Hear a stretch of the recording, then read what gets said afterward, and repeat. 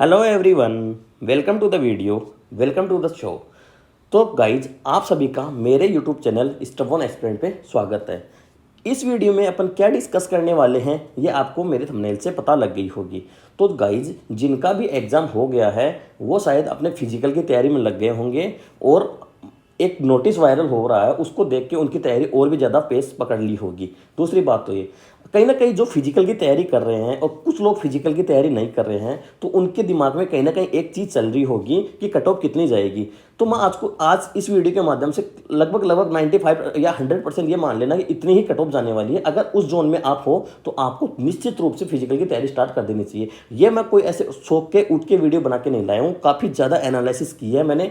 सब जब से 14 तारीख से जब आपका पेपर स्टार्ट हुआ था तब से लेके आज 29 तारीख तक ये सब चीज़ें मैंने एनालिसिस की है। उसके बाद में ये सब इन सब निष्कर्ष पे मैं आया हूँ। ठीक है। तीसरी बात, जो लोग जिनका एग्जाम अभी हुआ नहीं दिल्ली पुलिस का, क्या उनके लिए वीडियो हेल्पफुल होने वाली है? तो उनके लिए ये वीडियो कहीं ना कहीं जिनका एग्जाम हो गया उनसे ज़्यादा हेल्पफुल होने वाली है, क्योंकि इस वीडियो से उनको कहीं ना कहीं एक क्लू मिल जाएगा, एक मतलब आइडिया लग जाएगा कि उनको पेपर कैसे अटेम्प्ट करना है, उनको कितना अटेम्प्ट करना है, जिससे वो अपना सेफ जोन में खेल सकेंगे। ठीक है गाइस, तो सबसे पहली बात तो अपन आगे इस वीडियो को स्टार्ट करते हैं। तो जो नोटिस आपका वायरल हो रहा था उसको अपन देख लेते हैं। सबसे पहली बात तो देखो, नोटिस वायरल हो रहा था, क्या नोटिस वायरल होता है कि जो आपके एग्जाम हुए वो 14 से लेके 3 तारीख तक आपकी एग्जाम होने वाली है। ठीक है। इसके बाद उन्होंने बोला है कि 10 तारीख को आपका रिजल्ट दे देंगे। ठीक है, 10 तारीख को रिजल्ट दे देंगे और उन्होंने बोला है कि 90,564 बच्चे आपके क्वालिफाई करेंगे। लगभग ये 12 गुना कैंडिडेट क्वालिफाई करते हैं और जो ये अपने क्वालिफाई करने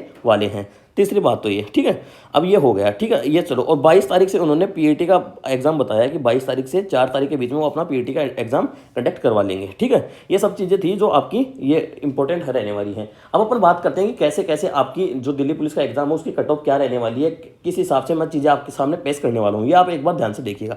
देखो, सबसे पहले दिल्ली पुलिस 2020 का एग्जाम हुआ था ना, उसमें अपने पास टोटल पोस्ट कितनी थी? 5,846 पोस्ट थी। ठीक है, 28 लाख अपने पास फॉर्म फिल हुए थे टोटल। ठीक है, 28 लाख फॉर्म फिल हुए थे और उनमें से 14 लाख बच्चे अपनी अटेंडेंस रही थी। ठीक है, ठीक है, और उनमें से जो पीएटी के लिए क्वालिफाई थे वो 67,000 बच्चे क्वालिफाई हुए थे। ठीक है, और पीएटी को क्वालिफाई करने वाले कितने बच्चे थे? ओनली 34%, लगभग 50% बच्चे हैं इसके। ठीक है, ठीक है, एक बार ये चीज़ें ध्यान से देख लो। अभी अपने 2030 में अपन खेल रहे हैं, उसमें अपने टोटल वैकेंसी है 7547। ठीक है, लगभग फॉर्म भरे गए हैं, वो 32 लाख फॉर्म भरे गए हैं। ठीक है, 32 लाख फॉर्म भरे गए। देखो, 28 लाख फॉर्म भरे गए थे। ठीक है, 28 लाख से अपने 14 लाख की अटेंडेंस रही थी और अभी जो पता चल रहा है तो वो ऐसे बता रहे हैं कि जो हमेशा जो अटेंडेंस रहती है उसी हिसाब से बच्चे आ रहे हैं। लगभग 60% 70% के अराउंड बच्चे आ रहे हैं। ठीक है, तो ये इसके अराउंड अपने 18 लाख बच्चे मान लो इस बार अपने अपीयर होते हैं एग्जाम में। ठीक है, मान लिया, चलो ठीक है।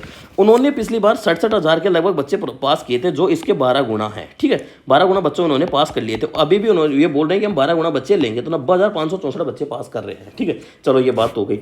अगली बात आती है कि उन्होंने जो फिजिकल के लिए इतने बच्चे अपने एलिजिबल थे, तो इस फिजिकल को पास करने वाले बच्चे कितने थे? ओनली 34%, लगभग 50% बच्चे हैं। जबकि आपको ये बात पता होनी चाहिए कि जो 2020 का फिजिकल हुआ था उसकी जो रिटर्न एग्जाम था और फिजिकल एग्जाम के बीच में लगभग 6 मंथ का अपने पास वो था, गैप था, 6 मंथ का टाइम मिला था। ठीक है, तो अब देखो, सबसे बड़ी बात, अभी अपने पास बच्चे इतने पास होने वाले हैं और अभी अपने को 22 तारीख से ये बोल रहे हैं कि अपना एग्जाम ले लेंगे 22 दिसंबर से। तो लगभग अपने पास ये जो 3 तारीख वाला बच्चा है उसके पास, उसको तो केवल 20 दिन मिलेंगे मिनिमम। ठीक है, फिर भी मान लेते हैं 1 महीना बच्चों को मिल रहा है। ठीक है, अब 6 महीने में 6 महीना बच्चे को मिलने के बाद लगभग केवल 50% बच्चे पास हुए थे। ठीक है, और दूसरी बात, अभी सीपीओ का एग्जाम हुआ है। मैं अभी मेरे बड़े छोटे भाई का एग्जाम दिला के लाया हूँ सीपीओ का। उसमें 150 बच्चों की रेस थी और उसमें भी 1 महीने का ही टाइम मिला था बच्चों को और वो केवल 150 बच्चों में से केवल 100 बच्चे ही क्वालिफाई कर पाए थे, केवल रेस को। उसके अलावा जो और चीज़ों में भार हुए वो अलग हैं।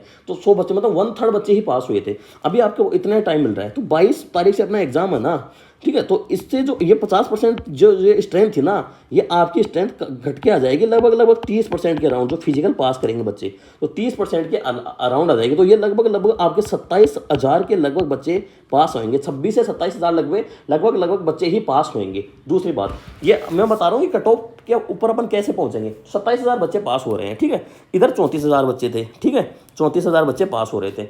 ठीक है, अब बच्चे अपने पास कम है। दूसरी बात, जब ये दिल्ली पुलिस का एग्जाम भरा गया तो कई बच्चे लाइसेंस नहीं था। अब लाइसेंस की वजह से बहुत सारे बच्चे बाहर होंगे, ठीक है। अब लाइसेंस की वजह से भी कई बच्चे बाहर हो जाएंगे। तो ये सब चीज़ें देखो आप, एक तो बच्चे कम पास होंगे, और भी कई सिनेरियो हैं जो अपना ये प्रोसेस फास्ट कर रहे हैं। इसकी वजह से बहुत सारे बच्चे एंजाइटी में कुछ कर नहीं पाएंगे। बहुत सी अपने फैक्टर होंगे जिसकी वजह से ये बच्चे, ये सब फैक्टर ना, ये एक तरह से कट ऑफ को गिराने के काम करेंगे, ठीक है।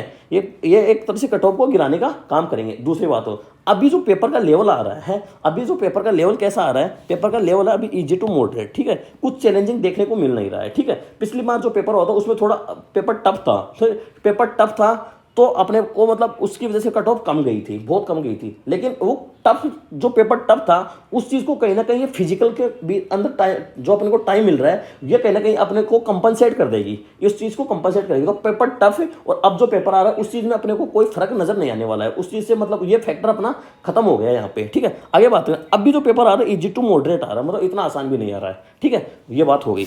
अगली बात देखते हैं, अगर मान लो अभी जो मैं 14 तारीख से लेकर आज तक का जो मेरे पास सर्वे डिटेल है, उसमें जब ऑलमोस्ट बच्चों के जो अटेम्प्ट आ रहे हैं ना, वो 75+ आ रहे हैं, मतलब 75, 70 कितने बच्चे कर रहे हैं, 80 भी कर रहे हैं, 90 भी कर रहे हैं बच्चे, ठीक है। अब तो मैं आपको एक सिनेरियो देता हूँ कि बच्चे इतना अटेम्प्ट तो कर रहे हैं, लेकिन जब इनकी जो आंसर की आएगी ना, तब उनका क्या रहने वाला है स्कोर। ये देखो सबसे पहले बात तो 75 वाले के देख लेते हैं। कोई 75 अटेम्प्ट करके आया ना, तो 75 वाले के ये मान लो वो 65 उसके सही हैं, ठीक है। 65, ये इसको मान ले स्वतंत्र मान लो यहाँ पे, ठीक है, स्वतंत्र, ठीक है। तो उसके 65 सही हैं और 12 गलत है। तो 65 और 12 गलत है, 1/4 नेगेटिव मार्किंग है, तो 3% इसके और उड़ गए। तो 65 में से 3 गए तो 62 नंबर उसके ऑन एवरेज आएंगे, मतलब रो मार्क्स आएंगे 62 नंबर, ठीक है। चलो कोई बात नहीं, ठीक है। कोई बच्चा मान लो 80 करके आया है, ठीक है, 80 करके आया है, उसके 80 में से मतलब जो बच्चा 80 करके आया है, तो उसका पेपर मान लो थोड़ा सा इजियर साइड रहा होगा, ठीक है। 75 का मतलब 75 वाले की ये है कि उसकी एवरेज शिफ्ट है, ठीक है। और जिसके अटेम्प्ट 70 है ना एवरेज जिस शिफ्ट के, तो उसकी शिफ्ट मान लो थोड़ी टफर साइड है। ऐसे ही पता लगता है कि कौन सी शिफ्ट इजी है, कौन सी टफ है। तो 70 वाले टफ साइड है, ठीक है। तो जिसके 80 है और जिसके 90 है, उसकी मान लो और भी इजी शिफ्ट है, क्योंकि ऐसा इतना अटेम्प्ट करना इतनी आसान बात है नहीं मेरे भाई, ठीक है। अब जो 80 करके आया ना, 80 वाले के मान ले, अब 65 उसके सही बैठेंगे, ठीक है, 65 सही बैठेंगे, और 15 उसके रॉन्ग हो गए, कट पिट के उसके आएंगे 61.25 नंबर, ठीक है। चलो ये बात। अब 90 वाले ये देख लो, 90 वाला क्या करेगा, मतलब इसका पेपर इजी था, इसने 90 कर दिए, ठीक है। 90 में से मान लो इसके 18 गलत हो गए, 72 सही है, तो इसका कट के 67.5 आ गया। और एक बच्चा है जो 70 ही अटेम्प्ट किया है, ठीक है, 70 अटेम्प्ट किया है। अब 70 वाले जो अटेम्प्ट कम कर रहा है, तो वो थोड़ा एक्यूरेसी मेंटेन रखते हैं वो बच्चे, ठीक है। तो उसके मान 10 गलत है, 10 गलत और 60 सही है, तो फिर उसका नंबर आ गया 58.25, ठीक है। अभी आपके रो मार्क्स हैं, ये आपके रो मार्क्स हैं। अब देखो जिसके मतलब 58 नंबर है ना, 58 नंबर, ठीक है, जिसके 58 नंबर है, ठीक है, 58 रो मार्क्स हैं।